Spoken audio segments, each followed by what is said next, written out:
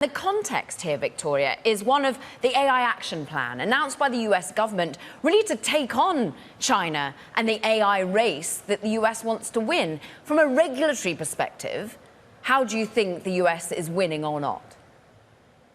So I think there's a lot of good that's in the AI action plan. But here is one part, there's a lot of conversation about who's going to win the AI race. And a lot of that focus is on who's going to be at the cutting edge of innovation. And that is obviously important. But a conversation that is just starting to happen that I think will potentially have an even bigger impact is who is going to win the race on AI adoption. By that, I mean, which are the countries that are going to figure out how to use AI best? Because it is those countries that are going to see the biggest economic benefit from AI. That is the race. And that is largely up for grabs right now. I think the United States has an advantage there. And I think the AI action plan has a number of aspects that are focused on adoption. But that race is up for grabs. And I think that is going to be a big indicator of where we see the biggest economic benefit over the next decade. So enough focus, therefore, from your perspective, on AI adoption, on training talent to ensure that in enterprise we're actually getting bang for our buck, productivity actually goes up and to the right? So there are a few aspects that I think are critical to AI adoption. And actually at BSA, we released an agenda just before the AI action plan came out earlier last week that focuses on three aspects. One is talent and workforce. And that is critical. I think there's no aspect more essential. The second is infrastructure and data. And the third is the governance framework and making sure that we get that right. And those three elements are things that the United States, but governments around the world, need to be figuring out right now if they are going to win the race on AI adoption.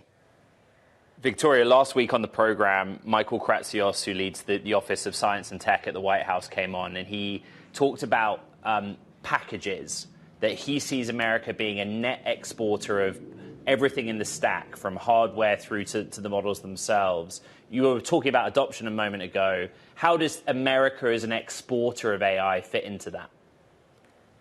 I think that's a critical piece. So a lot of the innovation is happening here in the United States.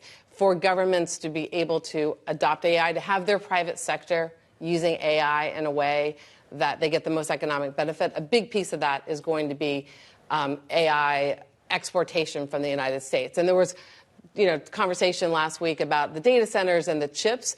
But obviously an important element of that is the software and the cloud services, because it is literally not possible to adopt AI unless you have cutting-edge cloud services, unless you have cutting-edge software. And a lot of that's going to be coming from right here in the United States. There was also a discussion about copyright, and the president talked about this during his address.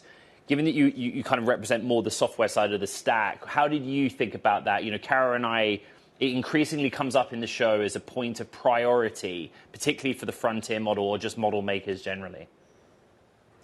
It's a big issue. It's an issue here in the United States and in other markets as well. So, as you know, in the AI action plan that was released last week, there's not a lot of discussion of the copyright issue specifically, but the president, in his public remarks, spoke to it quite forcefully in terms of the importance of training data and for the AI LLM builders to be able to get that training data and use it with relative ease. So he was very, very clear on that aspect, and that's something that we are anticipating seeing the White House say more about in the next year or so. But the president was very clear in terms of his opinion on the importance of training data and how important that is for the United States to stay ahead of the AI race with respect to China.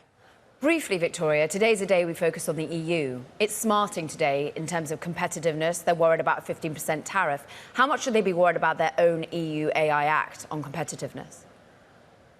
So again, I think the EU has huge potential opportunity to benefit from AI if it starts focusing on adoption. And part of that is addressing some of the digital sovereignty barriers that the EU has put up. There are aspects of the trade deal, as you know, the details of the trade deal are not yet fully public. But Ambassador Greer was talking just this morning about looking at things like mutual recognition of cybersecurity, of streamlining regulations, of steps that Europe can take. And those steps are important not just for U.S. software providers, but for the EU, if they are going to be able to adopt and use AI effectively.